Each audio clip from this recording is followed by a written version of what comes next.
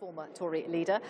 The idea of a free vote, that Brexit is so contentious, so complicated that at the end of the process it's right that MPs here vote with their conscience. That's John Major's suggestion. What do you think of it? Well, actually, the MPs here at the end of it need to vote for what the British public mandated them to do when they had the referendum. The British people voted in the biggest election result that we've ever seen to leave the European Union. The government has to deliver on that, and at the end, the government has given Parliament, and will give Parliament, the right to say whether they agree with what's been negotiated or not, and that will be it. And I think that's the right thing to do. We have to leave because the British people have said we should leave, and we have to make the arrangements that we can. And therefore, having a second referendum or whatever, I haven't listened to John Major's speech, but it does seem to me rather absurd when actually we've had a referendum and they've spoken, and I think that's enough. He says it's a matter of conscience now, that Conservative MPs should vote with their conscience. It doesn't matter what the party managers say to them. I'm a little bit puzzled about this conscience bit. I was in the Parliament when Maastricht was going through, and I certainly remember the then Prime Minister, who I do believe was John Major, took away the whip from a whole group of Conservative MPs who used their consciences and voted against government policy, and they lost the whip and were kicked out of the Conservative Party. I remember the whips cracking down and bringing people in by ambulances to vote because they had to get his government policy through.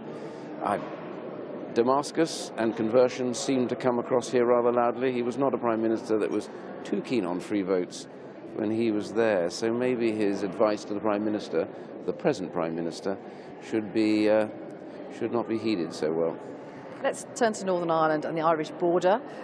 Some of your colleagues have talked about creative solutions to all of this, but what Brussels are saying today is actually they can't see any solution to all of this, apart from Northern Ireland staying in some kind of customs union. What do you make of that? I don't agree, actually, and I'm not alone in not agreeing about this. There's a very interesting EU parliamentary report that points out that there is no reason for a border, no matter what the settlement is, because there's a lot of ways of doing this. So they agree about it. The HMRC, the people responsible for food and farming, have all said we will be very set for whatever the arrangements are. There's no need for a hard border. All those goods and stuff can be sorted either side of the border, and ultimately will come up for sale.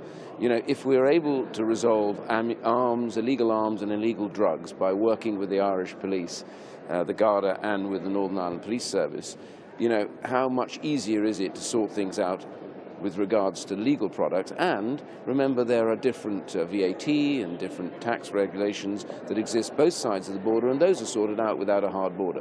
So this is a political nonsense being created by people who want to try and use it as a stick to beat a dog, as it were, to try and create this idea that somehow there's chaos and a problem there. There is no problem there, and it has no effect whatsoever on the peace process, which is adhered to by the Prime Minister, who made that very clear today. Duncan Smith, thank you very much indeed. We will make America great again.